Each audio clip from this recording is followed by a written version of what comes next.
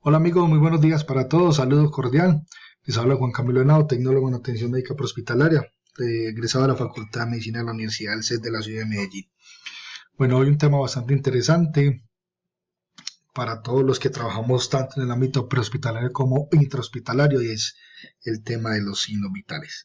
Sabemos que los signos vitales hacen parte del examen físico que se realiza como parte de evaluación a un paciente para poder tener un acercamiento y una impresión diagnóstica de qué es lo que afecta o altera el estado de salud del paciente que estamos atendiendo.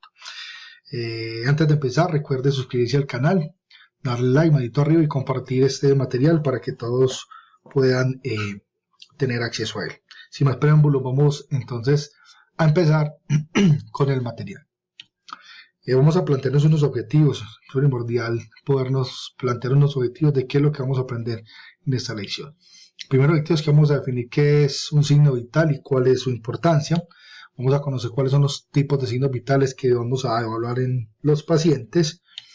Vamos a conocer los rangos de normalidad de los signos vitales por edades. Esto es bastante importante, ya que podemos encontrarnos en la atención de un paciente, ya sea en edad escolar, lactante, en edad adulta. Entonces debemos tener muy claro cuáles son esos rangos de signos vitales por edades.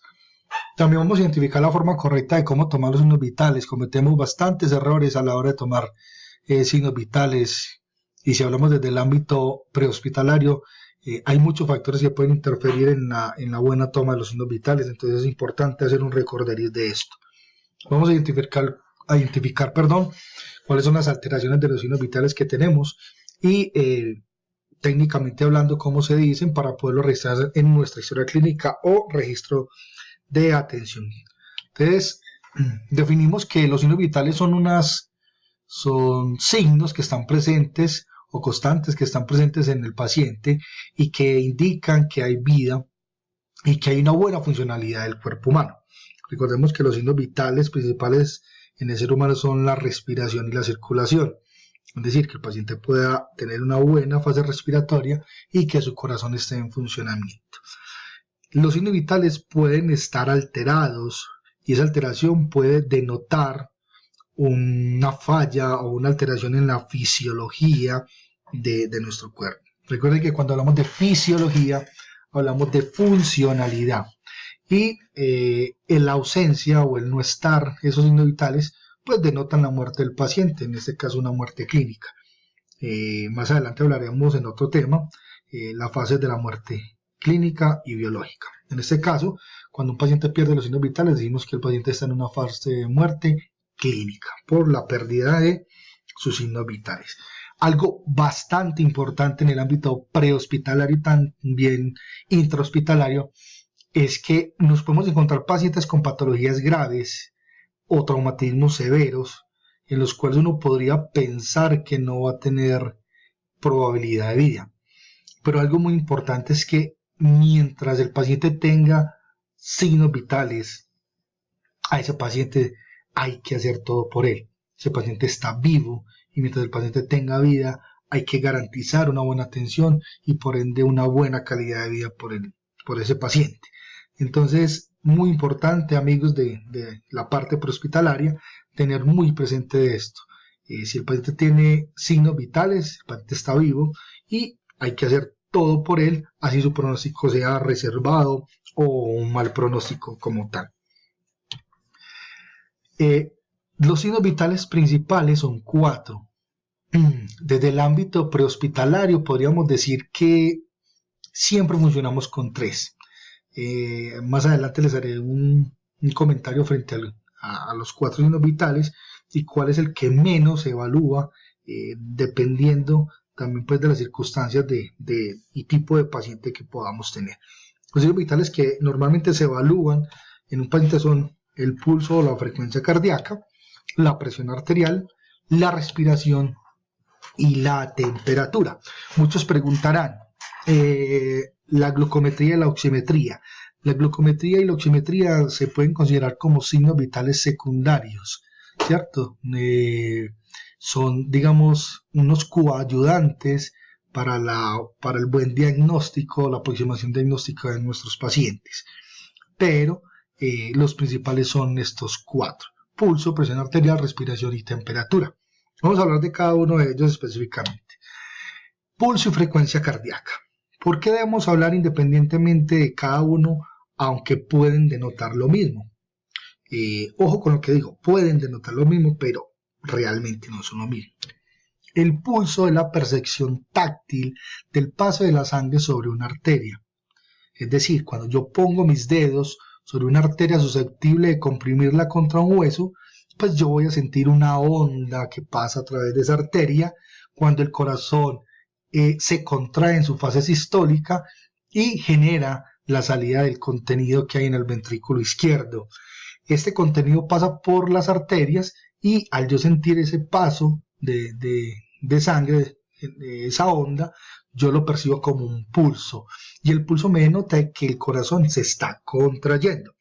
Algo contrario o diferente es la frecuencia cardíaca. Cuando yo hablo de frecuencia, estoy hablando de una repetición. ¿Cuántas veces se repite algo en un tiempo determinado?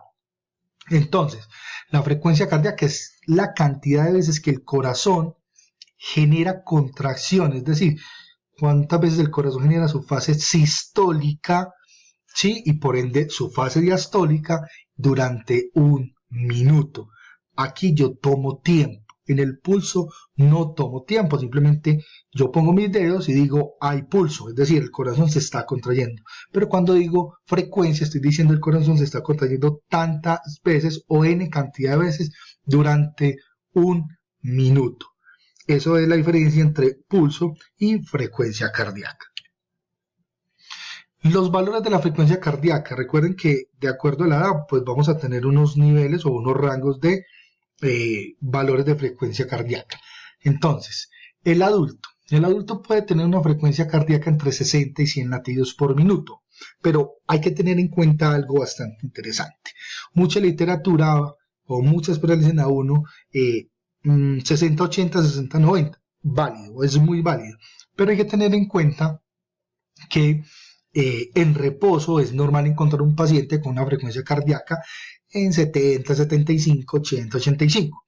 Muchos dicen es que 100 es muy alta. El rango de 100 es permitido, ya que algunas personas incluso en reposo pueden llegar a estar en los 100 latidos por minuto. Depende de qué, de varias situaciones. 1, el estado físico de la persona.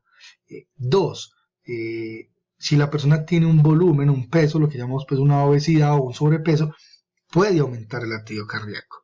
3, pacientes con enfermedades o problemas cardiovasculares como la hipertensión. Puede hacer que los pacientes hipertensos puedan tener hasta 100 latidos por minuto o 95, 98 latidos por minuto aún en reposo, ¿sí? Entonces por eso se permite el rango máximo de 100 latidos por minuto.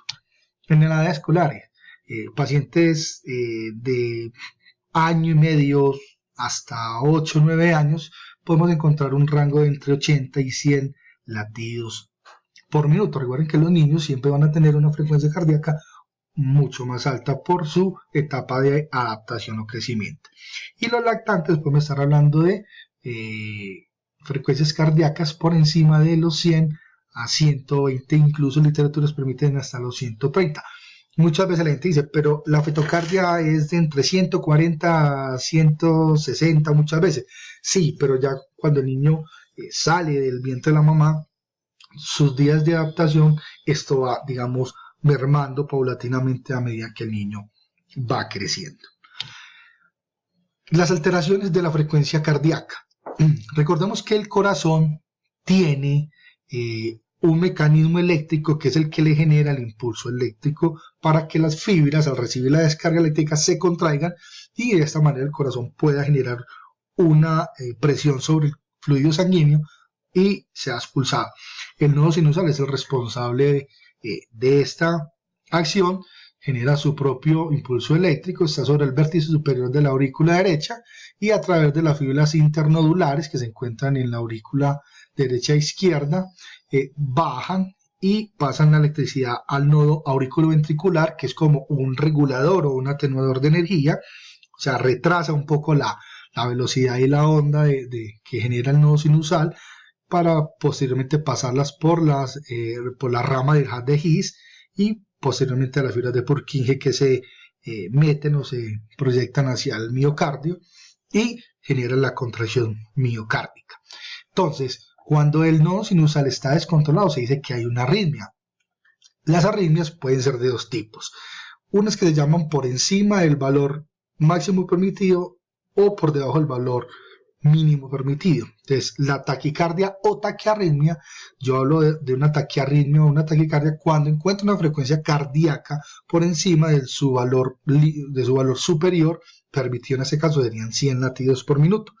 Yo hablo de una bradicardia o de una bradiarritmia cuando el paciente pues, está por debajo de 60 latidos por minuto. Y hablo de paro cardíaco cuando hay ausencia de pulso en el paciente. Yo llego a hablar del paciente, el paciente no se mueve, no respira, y yo busco pulso, no lo encuentro en esos 10 segundos que me dicen que lo debo tomar, entonces digo que el paciente está en paro cardíaco. Algo bastante importante que tenemos que tener en cuenta y es la forma en cómo debemos de tomar el pulso. Recuerda que el pulso se puede tomar en cualquier arteria que sea susceptible de comprimirla con un hueso. Tenemos muchos puntos, tenemos el pulso braquial, el radial, el femoral, el popliteo, el tibial posterior, el pedio. En los niños incluso podemos tener en la cabeza o también en el temporal en los adultos. Bueno, pero para efectos prácticos en la atención del paciente, los que más utilizamos dependiendo de la edad. En los adultos utilizamos mucho el pulso carótido o carotidio y el pulso radial. El pulso carótido en el cuello, el radial en la mano. En los niños, depende de su edad. Los lactantes, se busca que su pulso sea carotidio o pueda ser un buscado del pulso a nivel femoral o inguinal. En los niños de edad escolar se busca el pulso, lo que es el braquial, ¿sí? Sobre la arteria braquial que está en el húmero, y el pulso carotidio. De igual manera, durante 10 segundos se busca la presencia de pulso y por ende ahí vamos a cuantificar la frecuencia cardíaca. El tiempo siempre se debe tomar en 1 minuto. Muchos utilizan la regla del 15×4. Durante 15 minutos tomo el pulso, la frecuencia cardíaca y lo multiplico por 4. Esto realmente no se debe hacer, no es una técnica sana, pues ya que se pueden presentar algunas variaciones y más si el paciente tiene una arritmia, sea una taquiarritmia o una bradiarritmia. Lo que se recomienda es durante 1 minuto pleno. Otros utilizan el 30×2. Es válido y es muy utilizado en el ámbito hospitalario por la premura de la atención del paciente. Pero la idea es que podamos tomarla directamente durante 1 minuto. Muy bien, pasamos a la presión arterial. Como su nombre lo dice, la presión arterial es la medición de la presión de una arteria. Ojo, porque muchas veces confundimos la presión arterial con la frecuencia cardíaca. Los valores no tienen nada que ver, ¿sí? Muchas veces pensamos que si la frecuencia cardíaca me varía, la presión arterial me va a variar, y esto no es del todo cierto. Entonces, como su nombre dice, yo voy a medir la presión de una arteria, pero ¿qué es lo que se mide? Se mide la fuerza con la que la sangre pasa a través de un vaso arterial, ¿sí? Cuando el corazón se contrae en su fase sistólica, y a su vez cómo se relaja esa arteria después de haber pasado la sangre en su fase diastólica. Entonces, por eso tenemos dos tipos de presión arterial. La sístole. Hablo de presión sistólica a la fuerza de eyección del corazón. El corazón se contrae y al contraerse el ventrículo izquierdo genera la apertura de la válvula aórtica. Esa presión hace que suba por el callado de la aorta y la sangre salga hacia todo el cuerpo. Esa presión o esa fuerza que tiene que hacer el corazón sobre ese contenido sanguíneo va desde los 90 a los 120 milímetros de mercurio.